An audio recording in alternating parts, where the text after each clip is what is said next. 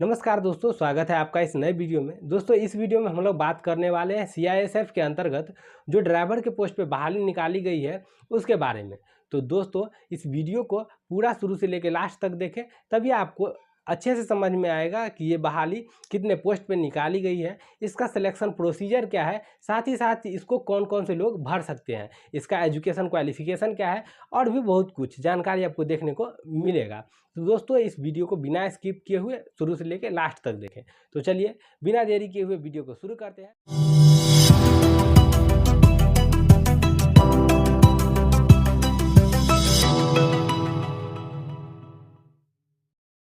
दोस्तों हम लोग आ चुके हैं कंप्यूटर स्क्रीन पे और चलिए दोस्तों हम आपको डिटेल में बताते हैं कि ये जो सीआईएसएफ कांस्टेबल ड्राइवर के तरफ से जो बहाली निकल के आ रही है ये क्या है और ये इसका प्रोसीजर क्या है, हर एक चीज़ डिटेल में बात करेंगे। तो वीडियो को शुरू से लेकर लास्ट तक देखिए। तो चलिए दोस्तों सबसे पहले हम लोग जानते हैं कि इसका एप्लीकेशन जो है ना वो आपका 3 फरवरी 2025 से स्टार्ट होने वाला है।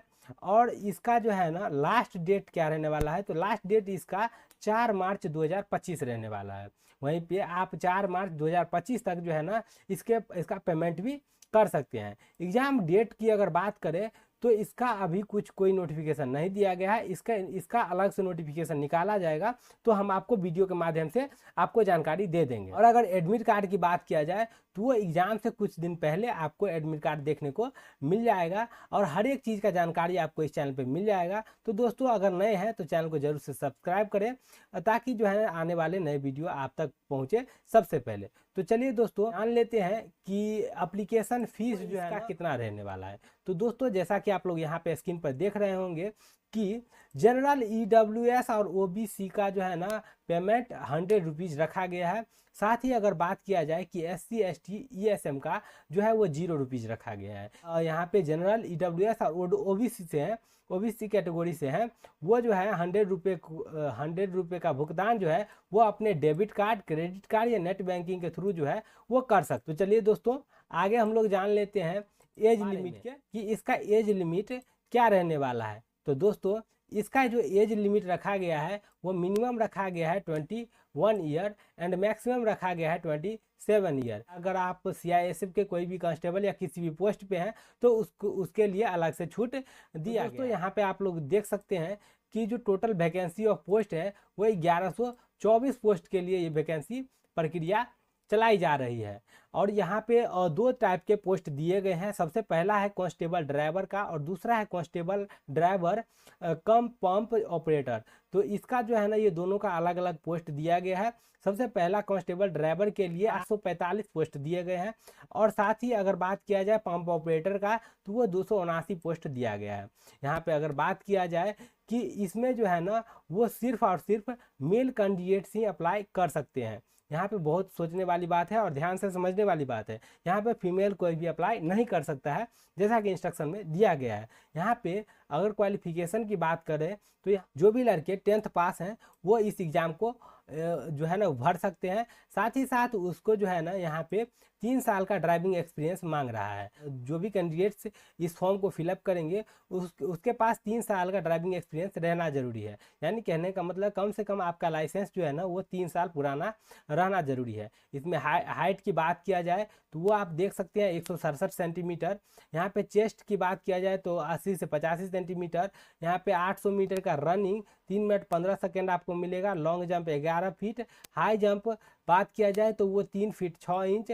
और साथ ही साथ और भी नोटिफिकेशन है जो कि आपको आगे बताया गया है। तो चलिए दोस्तों आगे हम लोग जान लेते हैं इसका सिलेक्शन प्रोसीजर क्या है, इसके बारे में हम लोग जान लेते हैं। तो इसका सिलेक्शन प्रोसीजर जो है 6 स्टेज में इसको कंप्लीट किया जाएगा।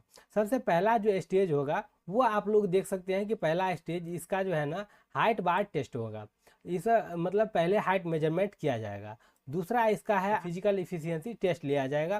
तीसरा है पीएसटी यानी फिजिकल स्टैंडर्ड टेस्ट। चौथा है document verification and trade test.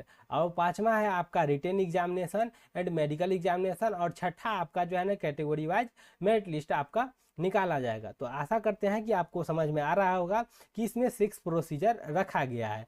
तो चलिए आगे हम लोग जान लेते हैं एक एक करके, जो भी इम्पोर्टेंट चीज़ें हैं उनको हम लोग अच्छे से समझते हैं कि आखिर हाइट बार टेस्ट क्या होता है, फिजिकल इफिशियंसी टेस्ट क्या होता है, फिजिकल स्टैंडर्ड टेस्ट क्या होता है, डॉक्यूमेंट और ट्रेड टेस्ट क्या होता है, रिटन एग्जामिनेशन और मेडिकल एग्जामिनेशन का कैसे होगा, कैटेगरी वाइज मेरिट लिस्ट इसका कैसे जारी किया जाएगा, हर एक चीज़ के बारे में जानकारी हम लोग आगे जो है ना हम लोग जानेंगे।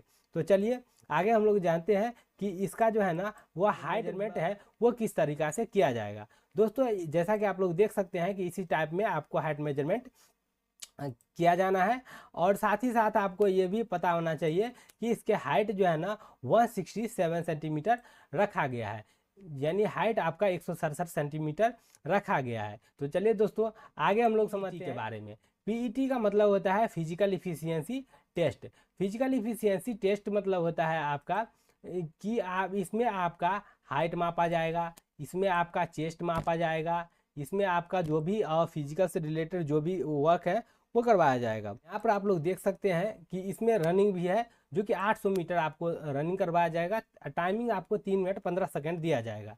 यहाँ पे आपको लॉन्ग जंप भी करवाया जाएगा 11 फीट, जिसमें 3 चांस आपको मिलेंगे।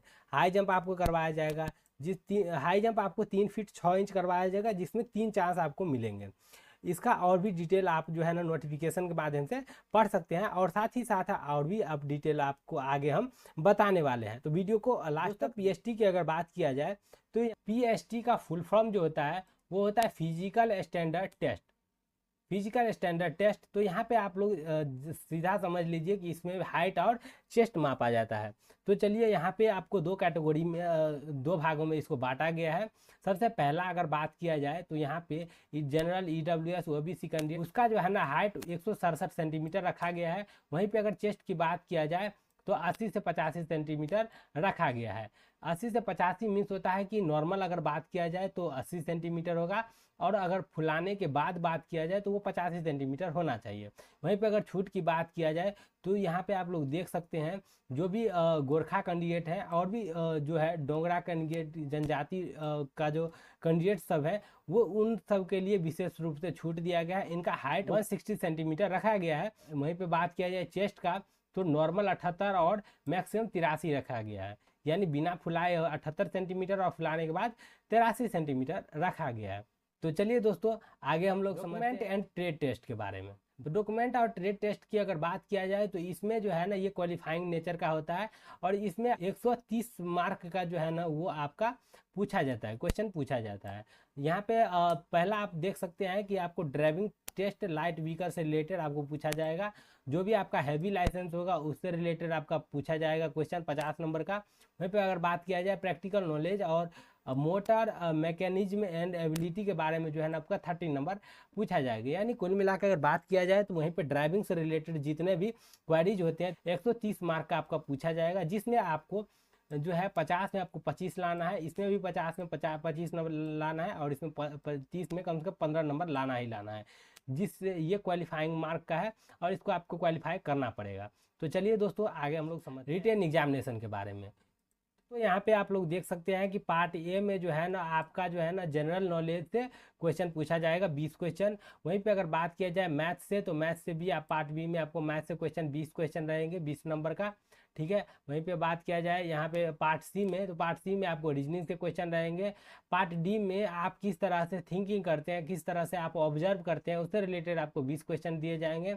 पार्ट ई में जो है ना बेसिक नॉलेज आपका हिंदी इंग्लिश का रहना चाहिए, उसी बेसिस पे आपको 20 क्वेश्चन देखने को मिलेंगे।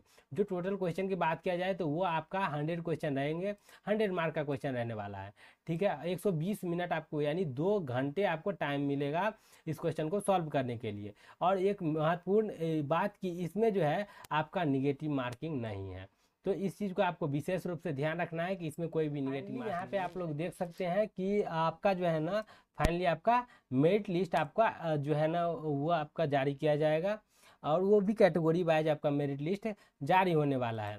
मेरिट लिस्ट किस हिसाब से जारी होगा इसके बारे में हम बताते हैं आपको कि जितने भी प्रोसीजर हैं वो कंप्लीट होने के बाद जो है ना जो रिटन एग्ज़ाम होगा 100 नंबर का, उसके आधार पर जो है ना मेरिट लिस्ट डिसाइड किया जाएगा कैटेगरी वाइज, कि कितना कैंडिडेट बचा है, कितना वैकेंसी है, उस बेसिस पे आपका मेरिट लिस्ट डिसाइड होगा।